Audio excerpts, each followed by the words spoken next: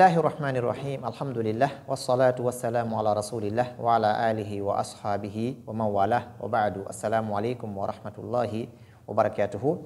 Bienvenue sur notre chaîne Comprendre l'Islam, chaîne qui vous permet de comprendre votre religion par la meilleure compréhension.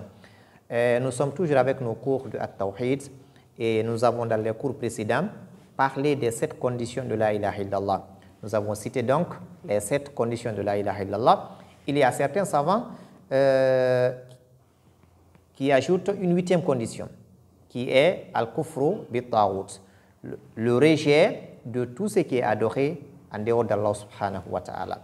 Cette condition, certains savants disent qu'elle entre dans la condition al-ikhlas, la sincérité. La sincérité consiste à adorer Allah seul. À adorer Allah seul.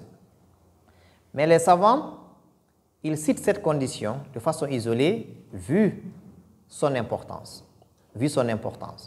Parce que la ilaha illallah, il y a une négation et une affirmation. Il faut donc nier tout ce qui est adoré en dehors d'Allah subhanahu wa ta'ala.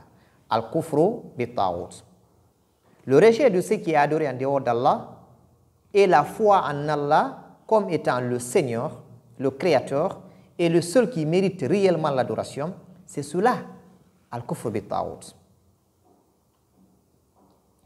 Dans le Coran, Allah subhanahu wa ta'ala nous dit wa man yakfur bit-taghut wa yu'min billah faqad istamsaka bil urwatil wuthqa la infisama laha. Il dit donc quiconque mécroit au taghut tandis qu'il croit en Allah saisit l'anse la plus solide qui ne peut se briser, et Allah est audient et omniscient. Et dans ce verset, il y a la ilaha illallah qui ressort. Wa ma yakfur bit-taghut, quiconque mécroit au taghut, ça c'est la négation. Donc, il faut nier, il faut rejeter tout ce qui n'est pas Allah subhanahu wa ta'ala.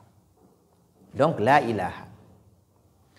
Wa yu'min billah, et qu'il croit en Allah, est l'affirmation de l'adoration pour Allah subhanahu wa ta'ala. Donc, illallah.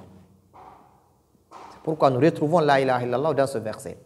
La ilaha illallah, donc, indique le fait de rejeter tout ce qui est adoré en dehors d'Allah subhanahu wa ta'ala, ensuite affirmer l'adoration pour Allah subhanahu wa ta'ala seul, sans associé. Et dans le hadith, le messager de Allah sallallahu alayhi wa sallam nous dit « Man qala la ilaha illallah wa kafara bima yu'bad min dunillah haruma maluhu wa damuhu wa hisabuhu ala Allah. » Quiconque atteste qu'il n'y a de divinité digne d'adoration qu'Allah, puis renie tout ce qui est adoré en dehors d'Allah, ses biens, sa vie sont sacrés. Et son jugement reviendra à Allah seul. Donc c'est lui qui atteste la ilaha illallah. C'est lui qui rejette tout ce qui est taghut. Et taghut, c'est tout ce qui fait transgresser la personne, le serviteur, des limites qu'Allah subhanahu wa ta'ala a établies. Tout ce qui te pousse à désobéir à Allah subhanahu wa ta'ala. C'est cela à taghut. Donc le messager dit, c'est lui qui atteste la ilaha illallah et renie tout ce qui est en dehors d'Allah, ses biens, sa vie sont sacrés. On ne doit pas donc toucher à ses biens. On ne touche pas aux biens des musulmans. On ne doit pas toucher à sa vie, à son âme.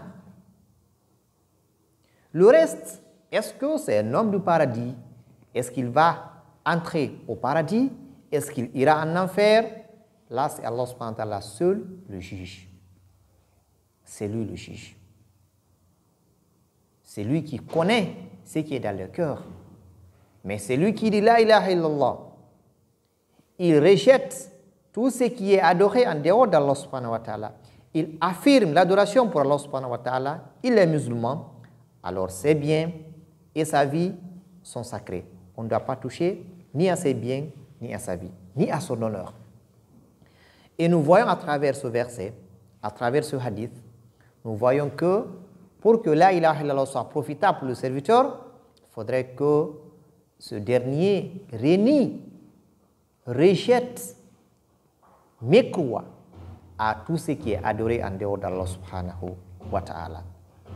Par cette condition, nous finissons les conditions de la ilaha illallah, les conditions que nous devons réunir pour que la ilaha illallah, pour que l'attestation soit bénéfique.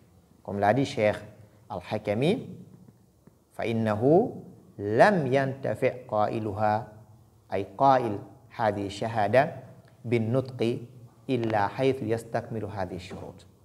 Donc celui qui prononce la ilaha illallah simplement n'aura pas le bénéfice des avantages de la ilaha illallah chez Allah subhanahu wa ta'ala jusqu'à ce qu'il complète ces 8 conditions.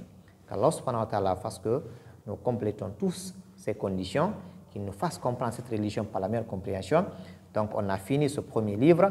Inch'Allah, dans les jours prochains, on va encore commencer un autre livre, bi'idhnillahi ta'ala. Qu'Allah vous bénisse, qu'Allah nous accorde tous le paradis, qu'Allah nous accorde un savoir béni, un savoir avec une compréhension saine, une compréhension de nos salafus salih. Barakallahu fikum jami'an.